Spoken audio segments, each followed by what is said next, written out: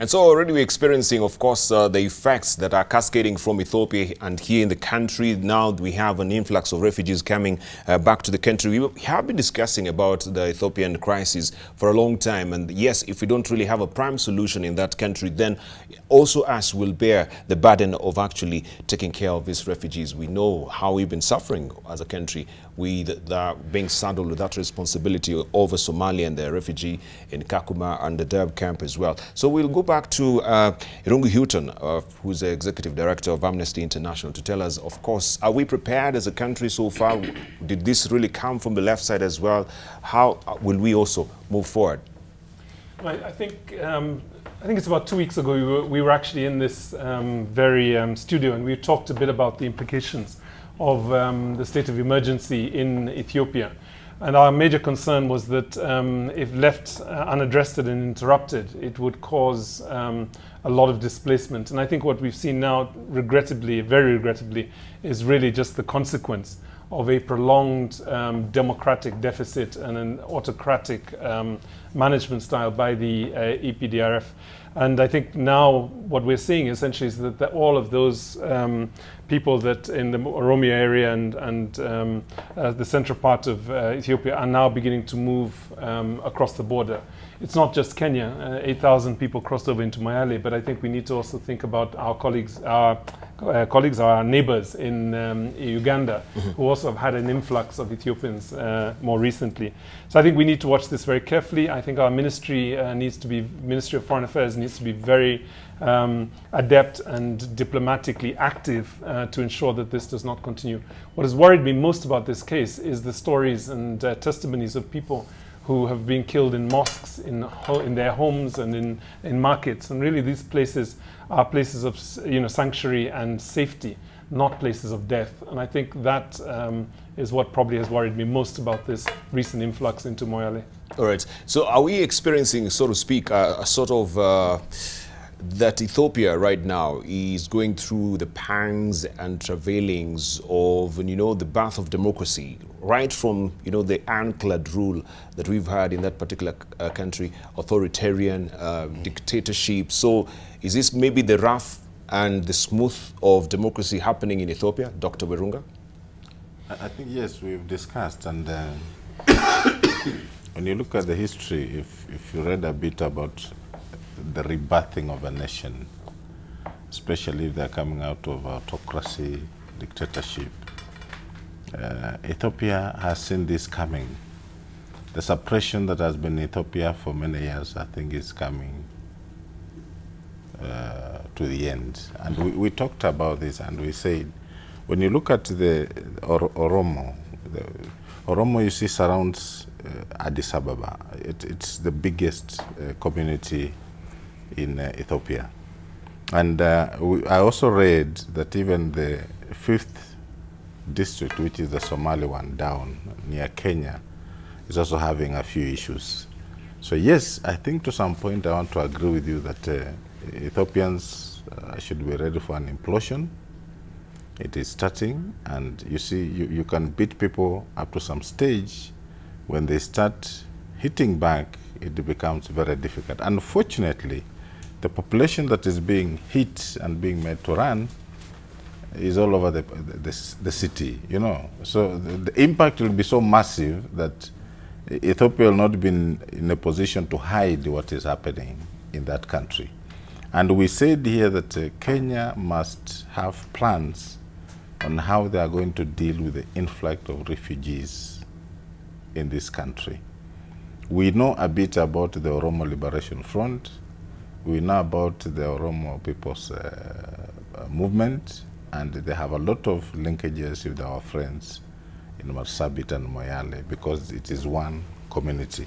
So Debarl, yes, I think Ethiopia, and we had a regional meeting here about 2 weeks ago on the Horn of Africa security.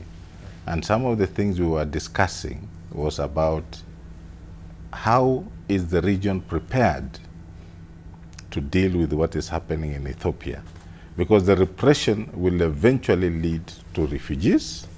It will lead to anarchy in that country. And out of anarchy, people will fight, and even some people in the military might run away. the population that is being bulldozed, we run away from. But they'll come here, not because they are coming here to run away. Some of them will come here to prepare to go back and fight for their cause.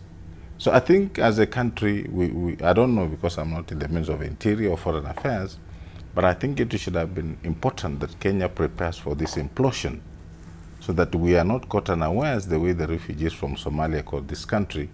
And the consequences are what we are seeing in Dadaab and in this country in terms of terrorism and transnational crime. All right. Yes. And we know that Ethiopia right now is on a state of emergency for the next 6 months, right? We don't know if that also will be lifted after 6 months or so.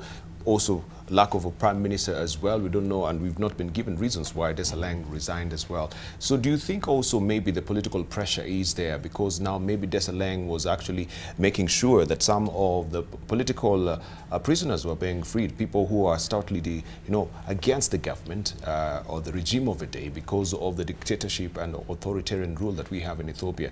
Right now, are these the laborers? Right now, are these the travailings? So the resignation and also the state of emergency, what is it all about?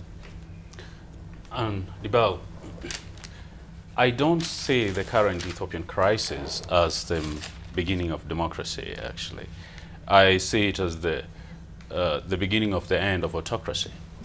Ever since the days of Haile Selassie to Mengistu Haile Mariam, and then after he was overthrown, really, there's never been a debate in Ethiopia or political space. It's been essentially a police state.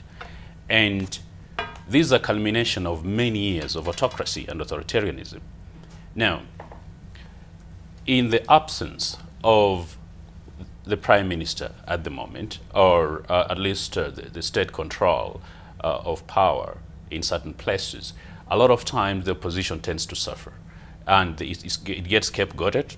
It gets repressed, and the Oromo, being the largest ethnic group in Ethiopia and having been resistant to the status quo for many years, of course, they're going to get the first flag. Now, Kenya has seen this coming, and we were not, we can't pretend we were unaware of the goings on in Ethiopia. This was bound to happen, sooner or later.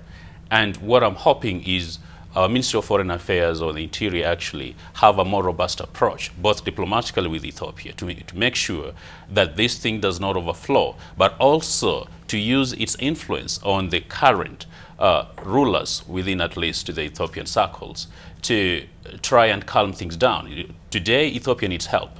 They're still trying to figure out a direction of where to go from here. They are confused, and that's why they don't have a leader. The party did not have clear succession mechanisms. And anytime you have that vacuum and lack of clarity when it comes to succession, you are bound to create this problem. And I think as a country, we should respond a lot more forcefully, a lot more strategically, with informed analysis and purposeful intervention. We just can't sit back because soon 50 million Oromos are going to flock to Kenya. What are we going to do? We already can't sustain the refugees we have in this country, in Dadaab and Kakuma. So what are we going to do with another million refugees in the country? I think it's time to act. So are we sort of in a pickle as well? Because we know there was a lot of flack from the international community as far as the repatriation of refugees was concerned from Dadaab back to Somalia as well. So in light of this situation, and I don't know what really came out from that particular repatriation, if maybe there was, a seeing of eye to eye, especially on that note of repatriation, because there was a lot of, I should say, kerfuffle, so to speak, from the international community.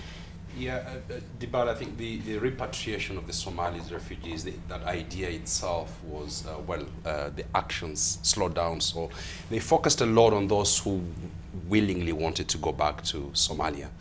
For the case of Ethiopia, this is something that we should not be surprised.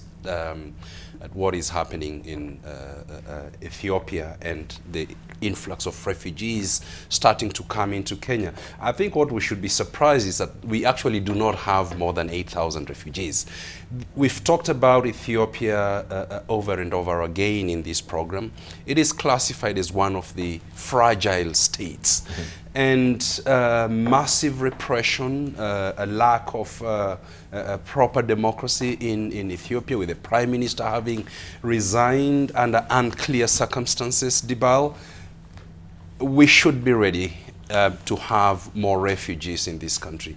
The countries in the regions have failed over and over again from trying to prevent exactly what is happening in Ethiopia. The international community has also failed. The African Union is headquartered in Addis Ababa. It has failed to address the issue of human rights, democracy in Ethiopia. And the refugees from Ethiopia will not go to Eritrea. They will not go to Somalia. They will not go to Sudan. They are going to come to Kenya. And they will come to Kenya in millions. And we say it again that if 500,000 Somali refugees overwhelm the country, what will happen when we have 2-3 million refugees from Ethiopia? And therefore, the issue of conflict prevention is something that I believe the international community, the regional organizations, the sub-regional organizations like IGAD, have tried but have not put maximum efforts in a bid to prevent such kind of conflicts from happening. Right. Finally, from Noah Midamba. Debarl, my colleagues have stated very clearly that this is not surprising. It's been coming and coming for a while. The most important thing for us to do is really what Mustafa alluded to. And that is, we need to organize the country to manage this situation. We cannot have over 1 million people marching over into the country unorderly. So we need to have a framework, we need to have a structure, we need to have programs at the border of Ethiopia and Kenya that will allow these people to come in orderly as far as refugees is concerned. We know we have porous border with Somalia, which is still a problem. I've always asked for a free zone, no-go zone, where we guard that border and only allow people to move at a certain point on only designated place. Secondly, Debarl, AU is asleep, just like AOU was asleep for many years. We have a headquarters in Ethiopia and surrounding people being murdered. And we're not asking Ethiopia to come on the table and address those issues of stability. So what the point is, are we going to continue being in Addis when we're surrounded by people being killed on the street? This cannot happen. And therefore, AU primarily need to take the critical role, bring this issue at United Nations, and address it from a global standpoint. All right, thank you.